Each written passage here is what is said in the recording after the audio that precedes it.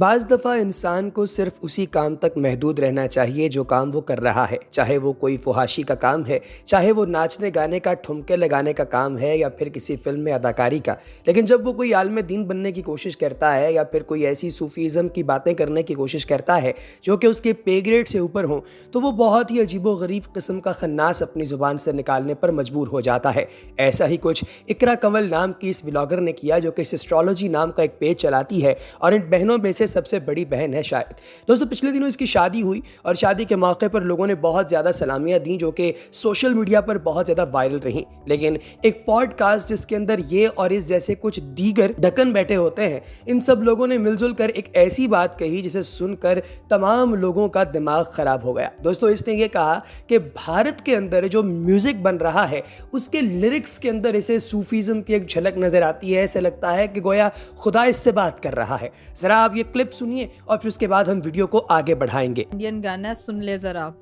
ہاتھوں میں تیری ریکھاؤں سا، یہ جب میں گانا سنتی ہوں مجھے ایسا لگتا ہے کہ اللہ تعالیٰ انسان سے کنورزیشن کر رہا ہے۔ تو دوستو دیکھا آپ نے کہ کس طریقے سے بے شرمی کے ساتھ اس خاتون نے اپنی ایک تشریح اور توجیہ پیش کی، اور یقینی طور پہ اسے نہ تو اس بات کا اندازہ ہے کہ ہاتھوں کی ریکھاؤں یا پھر فارچیون ٹیلنگ یعنی کہ مستقبل کے بارے میں پیش گوئی کرنے والوں کے حوالے سے، یا پھر ہاتھ دیکھ کر لکیریں دیکھ کر مستقبل بتانے والوں کے حوالے سے دین کا سٹانس کیا ہے، نہ اسے یہ پتا ہے کہ خدائے بزرگ و برتر کس طریقے سے انسان کے ساتھ گفتگو کرتا ہے۔ مولا علی کا قول ہے کہ جب میرا دل کرتا ہے کہ میں خدا سے بات کروں تو میں نماز پڑھتا ہوں، اور جب میرا دل کرتا ہے کہ خدا مجھ سے بات کرے تو میں قرآن پڑھتا ہوں۔ اسے لگتا ہے کہ شاید خدا جب اس سے بات کرنا چاہے تو یہ گانے سننا شروع کر دے معاذ اللہ، جو کہ اپنی ذات میں ایک انتہائی گھٹیا بات ہے۔ تو اس طرح کی جو خواتین ہیں اور اس طرح کے جو ولاگرز ہیں، جو لڑکے ہیں، ان سب سے ہماری ہاتھ جوڑ کر دستبستہ یہ گزارش ہے کہ آپ جو کام کر رہے ہیں پلیز اس پر فوکس کیجئے۔ آپ ایسی چیزوں میں ہاتھ مت ڈالیے جو چیزیں آپ کے کام کی نہیں ہیں۔